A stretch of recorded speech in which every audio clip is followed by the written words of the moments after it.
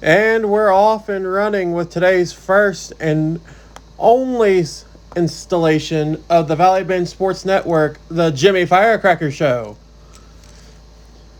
Show is brought to you by Veronica's in Valley Bend, West Virginia. Remember, folks, when the green flag drops, start drinking, and when the checkered flies, still be drinking. Amen to that. I'm Valley Bend Commissioner Austin Simmons, also known when I'm on the sideline as Jimmy Firecracker. Joined here by my co-host Devin Ball. Devin, how you doing today? Welcome to the studio. I'm doing great. I'm also head coach and also player. Feeling pretty good today. Excited to be here. And I'm just can't wait to hear all the breaking news and what all is going in Valley Bend. And what's coming up on this podcast today, we'll dive in a little bit into the Valley Bend Real Sports, talk about, the wiffle ball season we had, the football season that's currently going on, preparing for the 2022 basketball mini hoop season.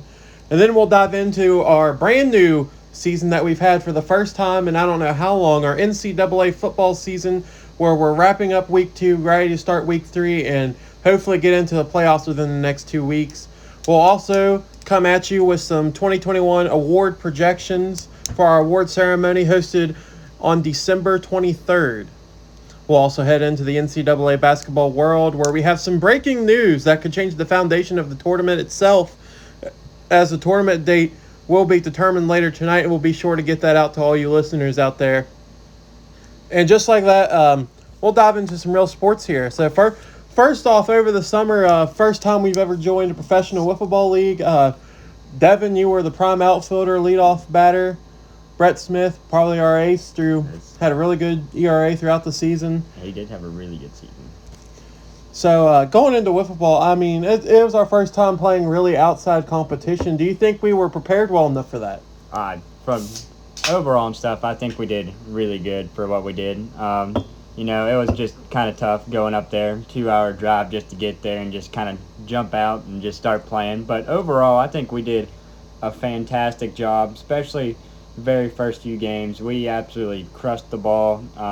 I think we could have done better hitting, but overall, we did what we needed to do to win and just didn't pull out, I think, 2 games out of the 6 that we played. We played very well together. And we lost that close nightcap game to the Splunkers, only losing 2-1. Brett Smith had a solo home run. Nightcap pitcher throwing pretty hard, but Simmons threw right hard right back. So, even terms, that one kind of might have came down to like a ruling decision that didn't really know. We thought that one ball in the gap was a ground rule double, which would have only plated 1 runner instead of 2. And that was the only 2 runs they actually scored throughout the entire game for that nightcap. That was our first loss. And the second loss, we just played one of the best teams there that ended up losing in the championship game. They were a good team. They hit the ball. They didn't really pitch that well, but they just fielded well, and they just were able to hit the ball. They were really locked in offensively. And then bringing it back up to wiffle ball, when we got back to Valley Bend, our hitting really came alive when we got back to Valley Bend, which is something we struggled with up in PA. One could say it's just because we know each other so well. Another could just say that, came with time, practice, comfort.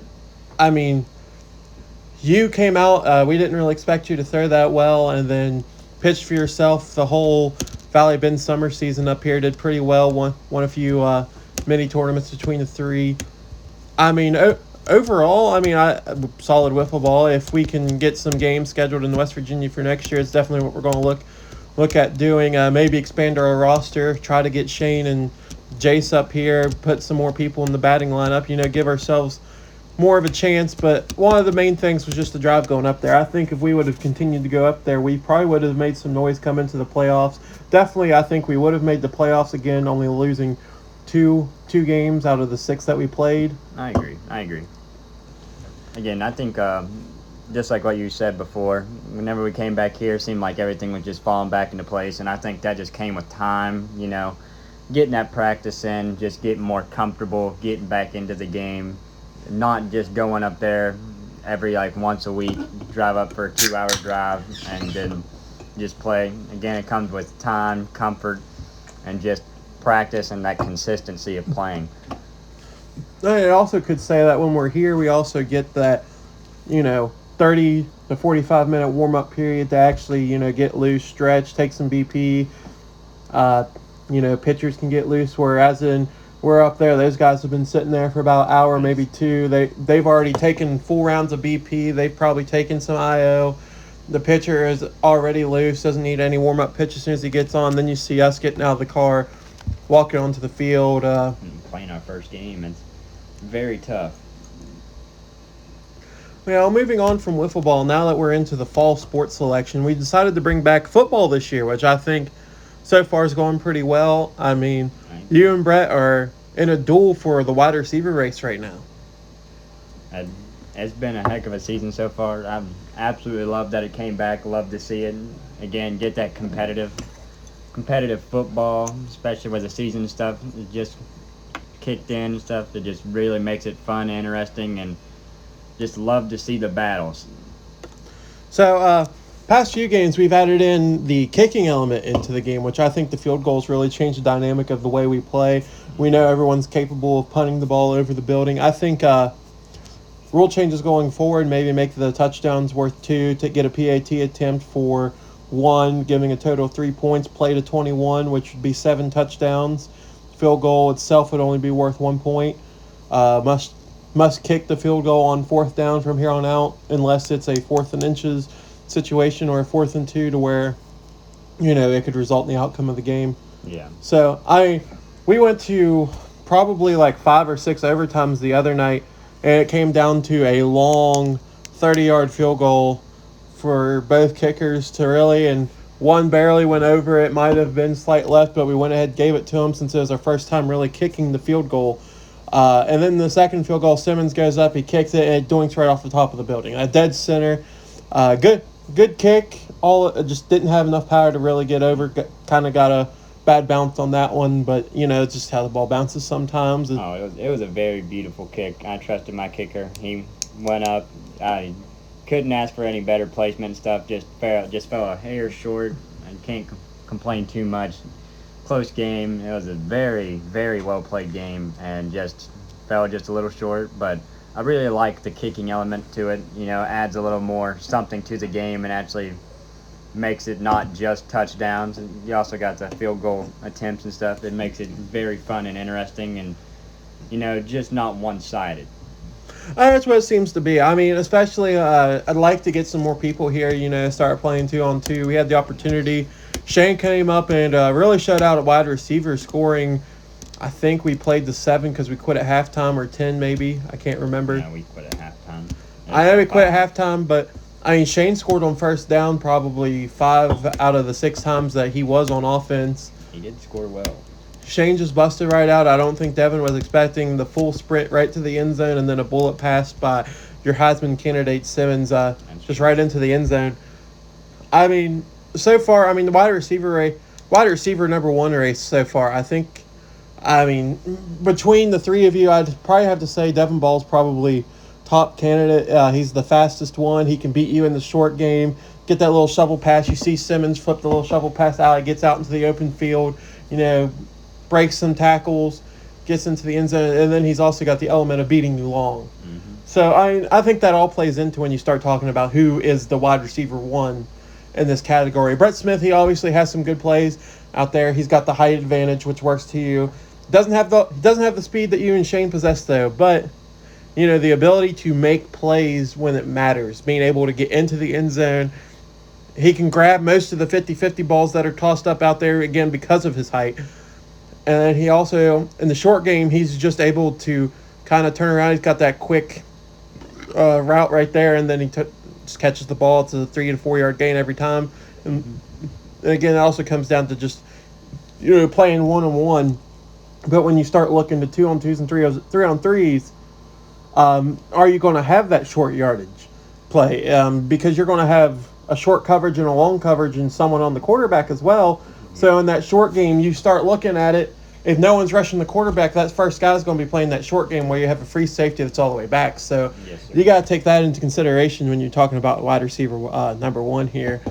As of right now, I think, honestly, more to the point, I think he's got more of the build for the tight end position on this field right now. able to go long when you need him to, and also able to go short when, gets that little slant route in there, a little curl. As far as Shane goes for wide receiver number one, I mean, he's only played one game. Really, really fast. Don't know if I trust the hands, though, right now. I mean, That's very questionable, but I don't know. To me and stuff with the wide receiver race, I think it's really still up in the air and stuff. Everybody's went back and forth and stuff, and it's one of those things I can't just go out there and say, it's myself, because I know I've played a well game and stuff. I feel like, but I feel like anybody's capable of coming out and winning. That's very competitive and just can be anybody's given night. Some nights and stuff, Brett can go out there and just rack up the points like it's nothing. Sometimes I feel like I can go out there and do the same. And then even Shane with his first half of the game and stuff, he showed that he can easily score. And it's very, very competitive, and I love to see it. It's just very back and forth, and just shows how offensively good we are, and just it makes for a very interesting race. That's for sure. and there you have it. Big part to the wide receiver one race is whoever the quarterback is most comfortable with. Obviously, I'm the quarterback so far. We haven't really had any chances to play a 2-on-2. My speed really does kill me when you look into the wide receiver races. I have a build for more of a tight end. I'm not really going to beat anyone long. I'm not really going to cover anybody long, so that hurts me in terms of the wide receiver race. But in terms of quarterback, my QBR, some games are really high, and some games you have 1-2 interceptions. But, I mean, looking out there so far this year, I would say so far the quarterback position for myself is pretty solidified. Even if we were to play 2-on-2, I feel like I'd still be in that quarterback spot. I feel like I'd be winning some games. Into the kicking race, though, I think I probably am the best kicker out on the field at this point in time. I've got the most control, most height, most fundamentally solid kicker that we've got going so far into this season. But, as kicking starts becoming more and more into the game, you're going to start seeing more and more people kick their own field goals, and you're going to see what the legs are really made out of here. But it's still early into the season. Still got a lot of football left to play into the month of November. Starting to change that weather out there, get a little bit cold. But we're looking into investing into flag football, which is going to change the dynamic of how this game is played as well. Because I think that's going to eliminate a lot of the open field right there. Because even if they can't get two hands on you, if they tear that flag down, which that flag is a good 6 inches off your body, that's considered a down. So Definitely change the game up some, and then again make it to where we can actually tell whenever it's not just one hand or two. We can actually tell whenever they are down, and just makes it more noticeable when stuff happens, and you're not just having a ref just having to make tough calls, especially whenever it comes down to one and to two hands. I mean, as far as basketball comes for this season, I mean, we never really get into basketball till probably about middle February, early March when it starts warming up a little bit outside. I really hope to see some actual 2-on-2s this year. Last year had some issues with injuries and illnesses. Obviously had elbow surgery early early January. You got COVID for those 2 weeks that we actually were playing consistently. I mean, it's just one of those things. I hope to see more of it, but not really going to know more until we get later into the year and actually start seeing developments and court conditions, and if we're going to have a bad winter or not, who's going to be able to play. I mean, Luke Swecker came down whenever they could, but obviously with Jace getting further into his education, it's going to be a little bit harder to see him come down on just random days to actually play 2-on-2. But looking forward to the season nonetheless. So moving right along into our show here, we're going to look at some NCAA football. Valley Bend's first NCAA football season that we've had here in quite a while. This is actually the first official season we've had implementing a playoff system, doing 18-team conference with 2 separate pods, 12 teams making the playoffs, the rest of them just playing for bowl games for positions for the next year. I mean, overall, you look at this format, you're thinking that this is how real NCAA football should probably be, a 12-team format. You look at strength of schedule and everything. I'm looking here. You got Pod A. You have LSU, Kentucky, Boise State, USC, South Carolina, Marshall, Louisville, Oklahoma State, and Ohio State. Then you go into Pod B. You have Clemson, Notre Dame, Florida State, Oregon, Florida, Georgia, Michigan, Kansas State, Miami. And let me correct myself there. I said Ohio State in Pod A. That was actually a late season changed by Coach Brett Smith that changed him to Akron, trying to go for that Cinderella story here. So when I look at these teams right here, before we even dive into the schedule, you're seeing that, every team, there's no easy games in this conference. There's not an easy game at all. These are all very tough, competitive teams, and again, it's one of those things that can be almost anybody's given night. It's all very capable of winning tough games and just coming out and putting out a show. A lot of these games, let's flip to the scores here. They're not really what you would expect from video game football. They're not the shootouts you think they would be. Right here, you got 21-7, 38-7, 28-3, 35-0, 24-14, 27-7, 43-38, 41-16, and so forth. When I think of football games, I'm thinking shootouts. Defense probably is just going to be not that good. I'm thinking it's just going to be a quarterback, wide receiver race the whole way. It's going to come down to who gets that first stop or who runs out of time. But that's not really the case here. Looking into your records, in Pod A, LSU is already 2-0. Kentucky fell to 0-1. Boise State's 1-0. USC is 1-1. South Carolina is 1-0. Marshall fell to 0-2, but Marshall had a chance to win a game so far this year. So, going into a week one overall, some big winners and big losers here. LSU just dominated the whole field against Akron, which, it was Akron's first game ever playing. I myself, coach of LSU, I'm pretty comfortable playing with them. Know the dynamic of how LSU rolls. And it was just LSU's game from kind of the start. Akron came out first swinging, scored that first touchdown, and ever since then they were just unable to control LSU, which that game ended up being called forfeit and going into halfway through the third quarter.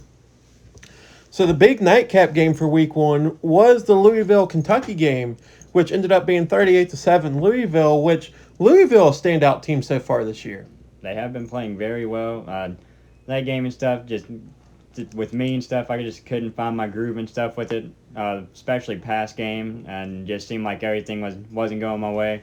Had a couple interceptions, even a fumble at the goal line, just one of the things, one of the things you couldn't control, and just how it turned out. But again, Louisville came out swinging against every team that they've played so far, and they are very capable of making a good run.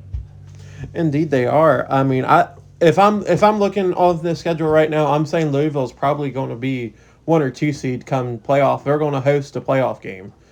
That's my theory, because the way the playoffs are going to work is higher seed is going to play home field, and then the Final Four is going to be played at the Rose Bowl, and then the other bowl is not decided yet, and then obviously championship game will be played at the All-State Sugar Bowl.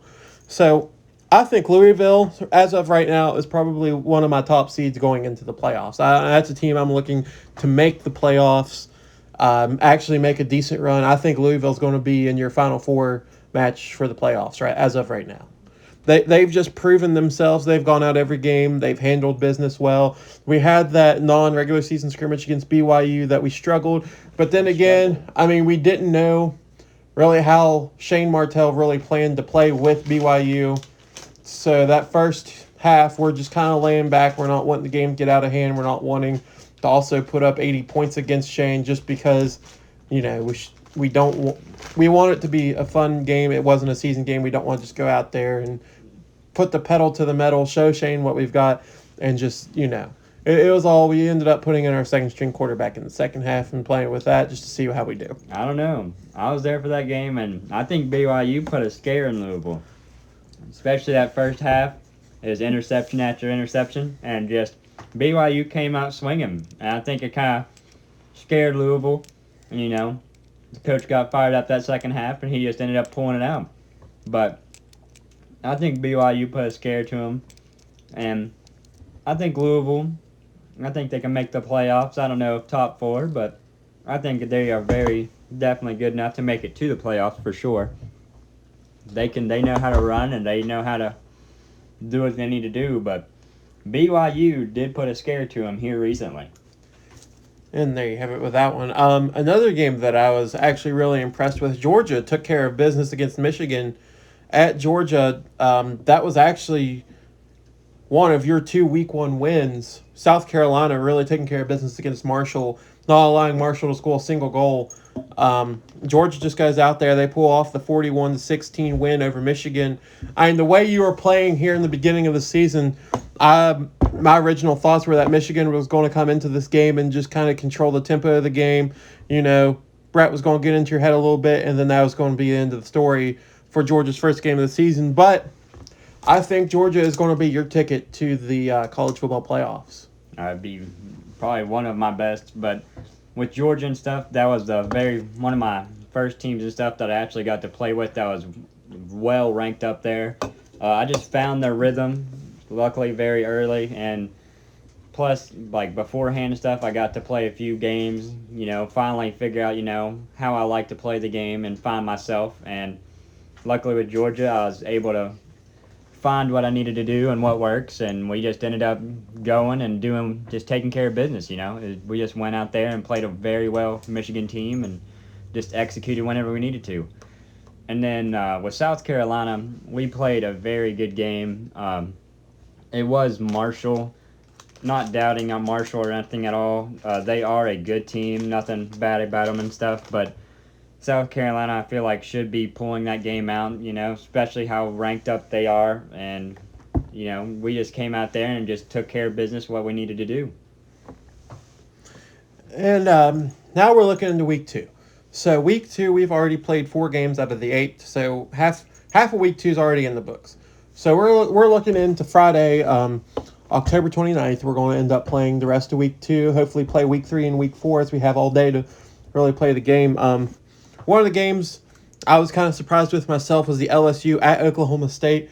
LSU trailed going into the halftime, came out, pulled off the 35-28 victory.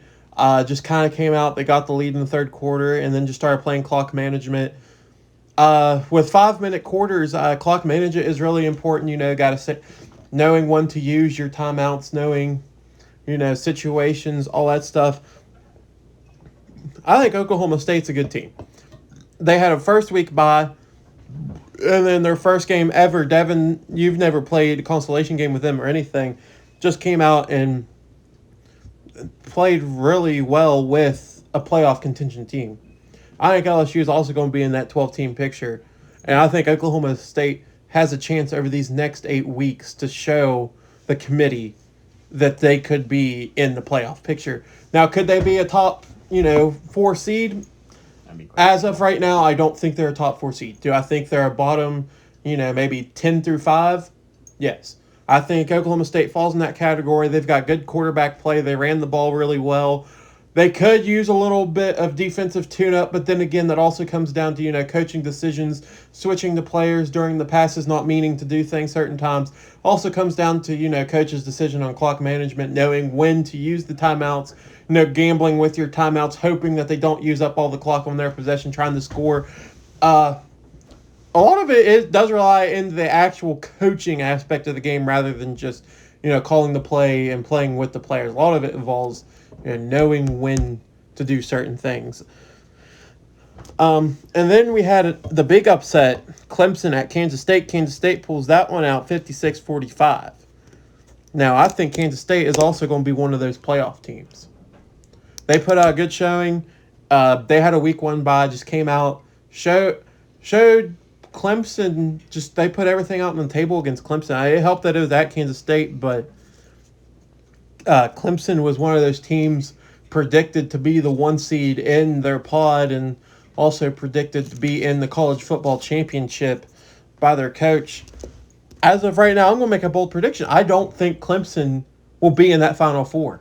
I think it's going to be very questionable, but just like what I said before, I strongly believe it. Anybody can go out there any given day, any given time, and pull out a win, just like Kansas State did against Clemson. I know Coach Brett is very, very for Clemson, and he thinks they're very capable of being in that top spot. But obviously that loss right there is going to hurt him in the long run. But hopefully he can bounce back, get him to where he wants them to be. But again, I think any team can go out there any given night and pull out big wins, and I think it's going to make it very interesting to see who this top 4 teams are going to be. I think so too. I mean, you're looking at this 12-team playoff series, right? I'm saying Clemson might be down towards, the 12 through 6 seeds. Week 1, they came out and they had a really, really sloppy game against Miami. Not saying Miami's bad or anything. They threw 2 or 3 interceptions right to the Miami corners. But, I mean, for Clemson being top 10 ranked in the game and then coming out and only scoring 24 against a team like Miami and letting Miami score 14, which was your first game, which you didn't really know how the game worked at that point in time, which I think put a lot into it. You weren't really football orientated at that time, which, over time you started to play more. You're getting into the feeling of it. You're starting to understand the coaching aspect of it. You're understanding the player aspect. You're not throwing off your back foot as much at the quarterback position. So, I mean, these next couple of weeks are going to be crucial. I think Clemson's going to be dropping a game in week 3 to Georgia, which is going to put them at 2 losses on the season, which automatically would mean they couldn't lose another game or they could risk being kicked out of the college football playoffs. And then week 4, they're playing at Florida. They're playing at the Swamp, which Florida also is a good team. No, Florida is a good team, especially at the Swamp. You gotta love at the Swamp.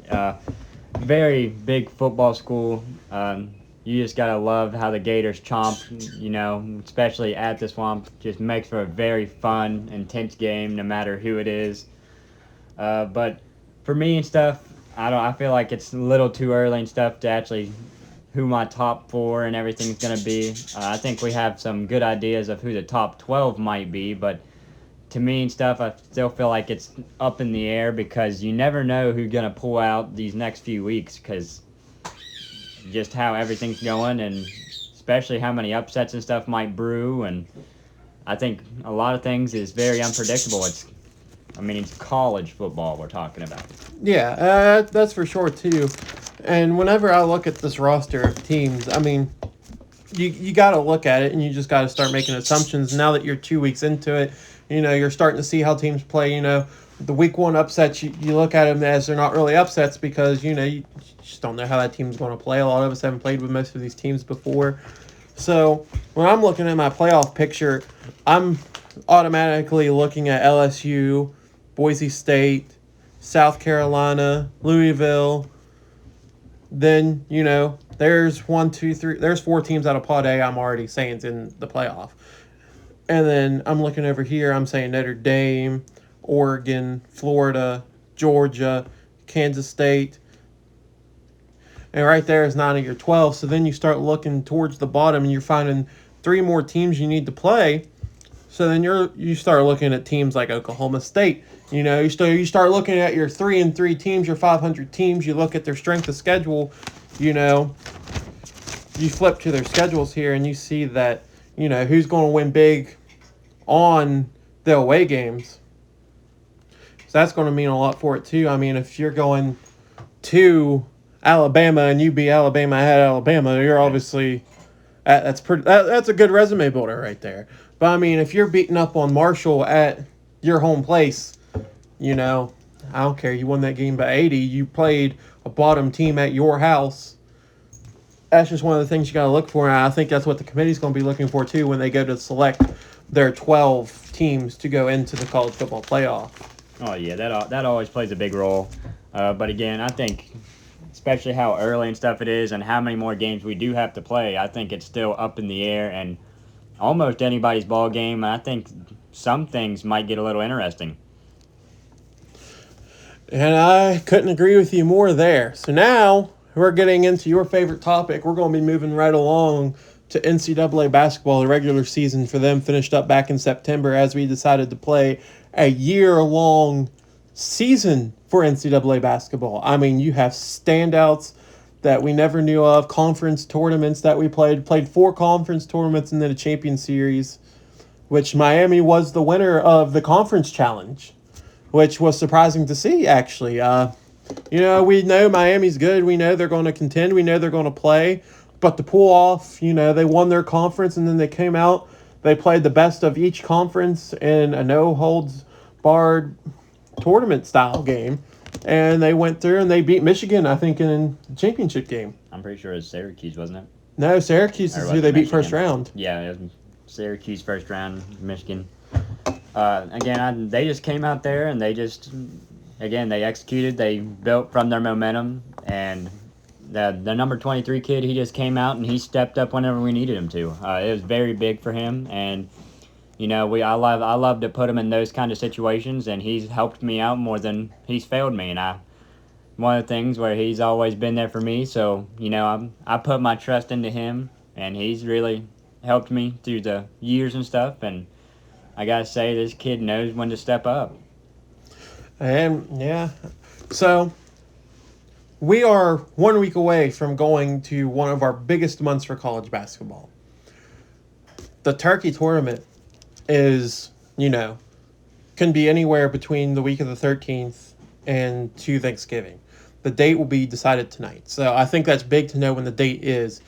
And then the draft party is going to be that Thursday, which we are looking into something big for the draft party. Maybe, the commissioner has been talking about possibly doing a steak party, some fancy stuff as everyone gets dressed up and they gather at Veronica's, buy some steaks, grill some steaks out on the grill, and, we have some steaks and wine and draft our teams. And thinking about drafts, you got to think, we're going to have potentially 5 coaches here. That's going to be very big. Change up the game a little bit, especially whenever it's not just 3 or 4. Having that fifth person does change it up a lot, especially when it comes down to drafting what teams you get. And, it kind of throws your rhythm and stuff off because, say, for example, you get used to a team and someone else picks them. It very changes the game a whole lot, changes your strategy, and, it helps you build more as a coach, but yet can also hurt you because you get used to one thing and, get thrown out of your comfort zone. So, when you look at the draft style that we've always done for the Turkey tournament is a snake draft. Mm-hmm. And with you having the first pick, me having the second pick, your prime team obviously is probably going to be Kentucky, who won not only last year's national championship, but also won our mid-season classic at the summer tournament that was hosted in Morgantown. Kentucky is 2-0 so far this year for the season. So, obviously you're going to have the defending champs for not only the national championship title, but you're also going to have the Summer Classic defending champion as well, stepping up as the number 1 overall seed for this whole tournament. And Kentucky is the only seed that's not going to be up for debate like the rest of them are.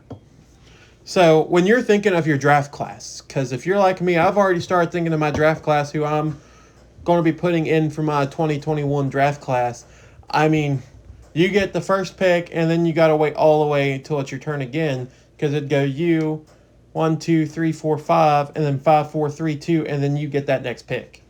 So obviously there's a big gap between our picks. That's a very big gap. So when you're thinking of your draft class, what's playing in your head in terms of, who should you draft? When should you draft them? When do you take the risk? When do you start going for your diamonds in the rough? When do you, To me and stuff, again, I usually base it off what everybody else goes with. If people go with more shooters and stuff, I try to find my teams that, I can shoot well and stuff so I can compete well and everything with them and not just, go with teams that just do well inside or something like that and then end up shooting myself in the foot in the long run. Usually I just find the teams that I've been comfortable with and, that I kind of find my way to do better with. And usually I don't start using my diamonds in the rough and stuff until the last 5 picks or so. But usually I just try to stick with the basic teams and stuff I usually stay with just because they done good for me. I've done good for them. I think this year and stuff is going to be very interesting. Might see some different teams. Might see a whole lot. I just feel like this year it's going to be a totally different ball game, and it's going to be very, very intense. And I just feel like this one's going to be very different from the rest, and it's going to be very interesting to see how this one's going to play out. That's for sure. We're no stranger to the madness here in NCAA basketball. Any team can win a tournament. Just look at Pepperdine, Eastern Tennessee State University. You don't need powerhouses to win a tournament. Sometimes these powerhouses actually cause more mental fatigue than what some of these diamonds are up to. You pick some of these lower teams, you're not expecting them to go out there and score 30 points a game every game and contend with someone like Kansas. But when they beat Kansas, it's one heck of a time out there. You're having a great time if you walk into some powerhouse with George Mason and upset them at their house, and then you take them to the final and you're not expecting them to win. That's one of the things where if you take someone high up like North Carolina, Duke, and then they lose first round, that's in your mind. That plays into it. The mental aspect of this game is so unreal. I can't begin to try to understand how much the mental aspect of this game means to people. I mean, we have 5 coaches here. There's only one coach that has not won a ring yet. That's Shane Martell. Yep. And, you got to think he's due. He really is due. But I think if you let, the mental fatigue go to his head of these long tournaments, especially when they go deep into the night and you start losing bigger teams, I think it comes down to who keeps the calmer head. Oh, I totally agree. Me and a few other coaching stuff, we've talked about this stuff before. I think consistency and, again, keeping that calm head no matter what.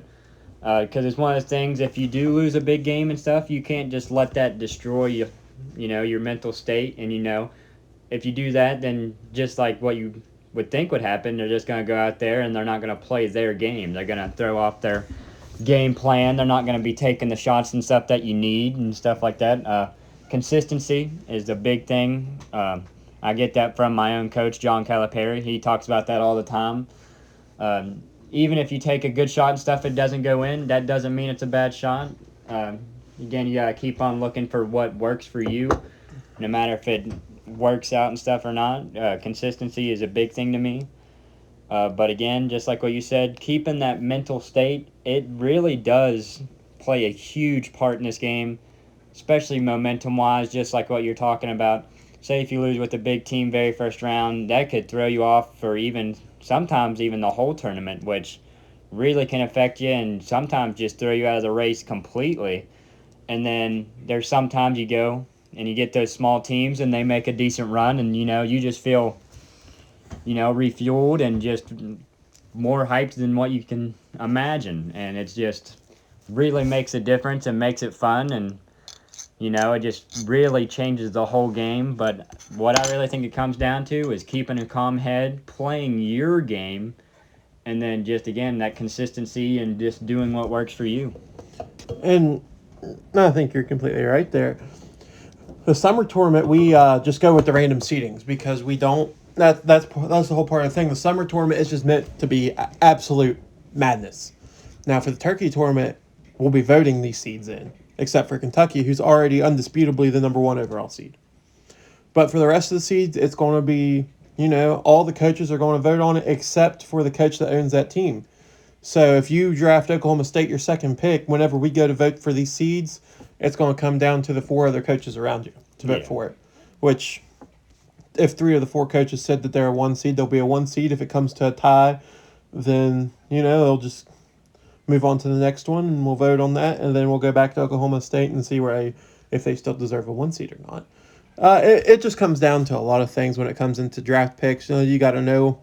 I think when you draft somebody matters a lot more than anything else. Because if you are going to draft someone really high in your draft, that means you have trust, you have stock in them, and that also shows the other coaches that, oh, hey, this team might be good if he's going to take him 3rd pick overall. Mm-hmm.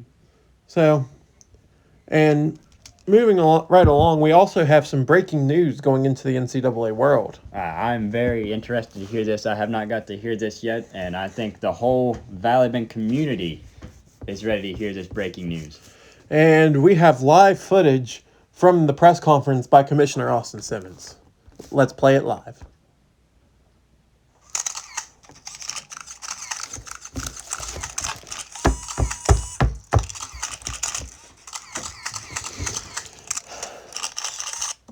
Hello, everybody. I come to you today not as the commissioner of Valley Bend, but I come to you as a coach for the NCAA tournament. So, I know this is going to come to a shock of a lot of you, especially so close to the tournament. So, it's something that's been on my mind for a while. And listening to a few of these people I think the move that I have to make, it's time. It's that point. In my career, I've got 6 rings. I've been waiting a while for the 7th one. I've flipped through some primetime teams. I've tried my success. I've tried and erred Kansas State. I've tried Notre Dame. I've tried the great school of California. So after conversations have concluded, I think, with a heavy heart, I have to make this announcement. I am officially resigning as the California men's basketball coach. And when looking at the teams I have rings with, I think it's only right that I go back to my roots. If I'm really wanting to win 7, I think this is what I got to do. So it is with great pleasure I sign my letter of intent to coach at the University of Kansas. We will rock chalk Jayhawk all the way to victory, as I have 3 rings with them, and I'm looking to make it a 4th. And there you have it. Any questions? Mr. Simmons. Yes. What made you come down to this decision? You just got to look at the success I've had with California. We've been far, but we've never just had that push over the edge. And then when you look at all the teams that I've selected as primetime teams, Kansas State has been right there, never got over that hump, lost to Iowa State in the championship, which is also my team, and just never made it back to that position. You look at Notre Dame, who lost first round, and then you look at California, who lost in the fashion they did, John Wall in the summer tournament. I mean, they've been in many big games, and it's just one of those things. I still hold California dear to my heart. And with the 2nd pick of the draft, I'm looking to possibly still pick them up 2nd, if not maybe 3rd, if they're still available. I have not determined that draft order yet. But, you look at my ring board. I have 3 with the Kansas Jayhawks. That's 50% of my rings. I think it would just be unwise to not go with the rock chalk. Right, I totally agree. I understand what you're meaning.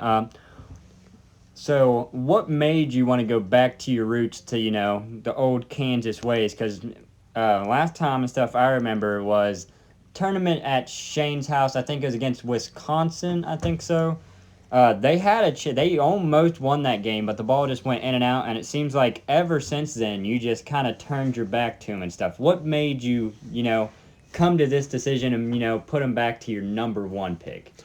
I mean, ever since that summer tournament, I've been looking for ways to go over that edge. I mean, Coach Devin Ball from the Kentucky Wildcats and I had lunch one day, and he asked me why I wasn't still coaching Kansas. And I looked at him at the eye, and I was like, I really don't know. I just feel like California is where my heart and soul should be. So, and then my good buddy Bill called and talked to him for a while and decided I got to come home. It's time to come home to Kansas. And Kansas, this is for you. We're not going to win not just 1, not 2, not 3, not 4, not 5, not 6, but 7. 7 championships, Kansas. And we've already got 3. Let's rock chalk Jayhawk, baby. I totally agree. And Kansas, they definitely are very top up there. They are pretty sure number 1 in the game. They can easily go on a run. They have a lot of shooters, very great team, and they can easily go on a run. But it's one of those things. They also have a history of also falling short, though. But look at it, 3 rings, very big. And I am still just kind of shocked that because you are really hyping up California, and I'm just still kind of confused what made you go from California babies to back to Kansas. But I think I'm just still trying to wrap my mind around it, and again, it's one of the things I understand where you're coming from, but I guess we're going to see how this new tournament comes out. And from the last press feed right there, I mean, I think that's definitely a decision that's going to shake up the college basketball world, and it's going to be changing a lot of draft picks in the future. Um, Coach Simmons obviously has the most consecutive rings with Kansas, 3 of them, actually back to back to back. And with that, we're running out of time. So be sure to check in those mails. And this has been the Jimmy Firecracker Show, brought to you by Veronica's.